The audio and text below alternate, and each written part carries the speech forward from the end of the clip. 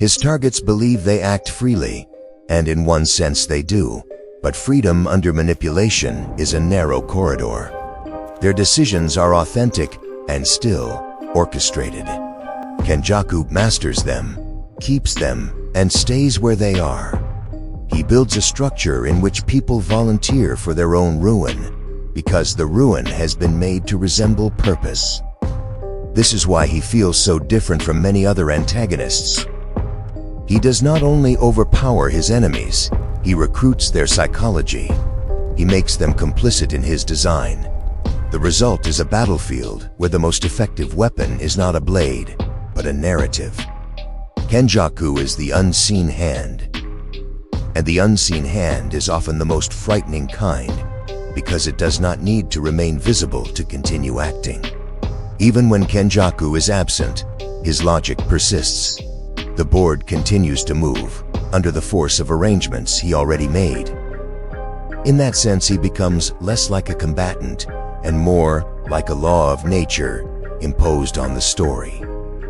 If Kenjaku's philosophy can be reduced to one principle, it is this: never fight the strongest variable directly when you can remove him from the equation. Gojo's Satoru is not just powerful, he is structurally disruptive. A being like Gojo warps the entire strategic environment around himself. In a fair confrontation, Kenjaku had no realistic path to victory. He knew this, and that knowledge is precisely what makes his plan so impressive.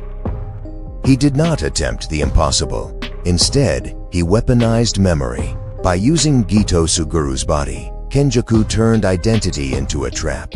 He understood that Gojo's strength is matched by something more human, the emotional residue of his past. For a single moment, the body of a dead friend became a psychological rupture. The strongest man in the modern era was not overwhelmed by force, but by recognition. That is the essence of winning without fighting. It is not that no conflict occurs. It is that the decisive move takes place before the actual clash can begin. Gojo's hesitation created the opening. Kenjaku did not need to defeat him in combat. He needed to interrupt him long enough to deploy the prison realm. And the prison realm is one of the most elegant strategic victories in the series. It does not destroy Gojo, it removes him.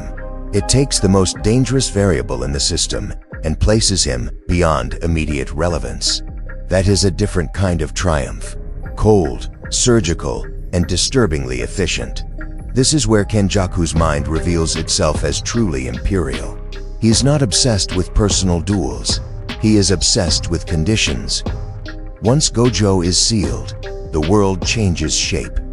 Power vacuums emerge. Institutions destabilize. Fear spreads. Everyone else is forced to make moves in a world that Kenjaku has reconfigured. He does not kill the king. He takes the king off the board.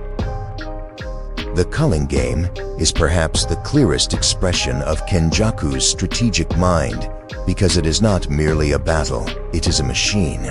Unless a villain would gather followers, Kenjaku constructs a self-sustaining system. He creates conditions under which participants eliminate one another, and in doing so, contribute to the larger purpose he desires. He does not need to micromanage every outcome, because the structure itself drives behavior. This is the difference between command and design. Command requires constant effort. Design endures after the designer steps back. Kenjaku understands that if you can create a framework of incentives, conflict will emerge organically. People will compete, they will panic, they will rationalize, they will become predictable in their unpredictability, and all of it can be harvested.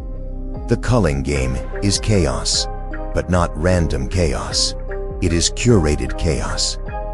Kenjaku does not abolish order, he weaponizes its collapse. He creates a system in which desperation becomes productive, where violence generates the exact conditions required for his vision of evolution. This is what makes him so formidable.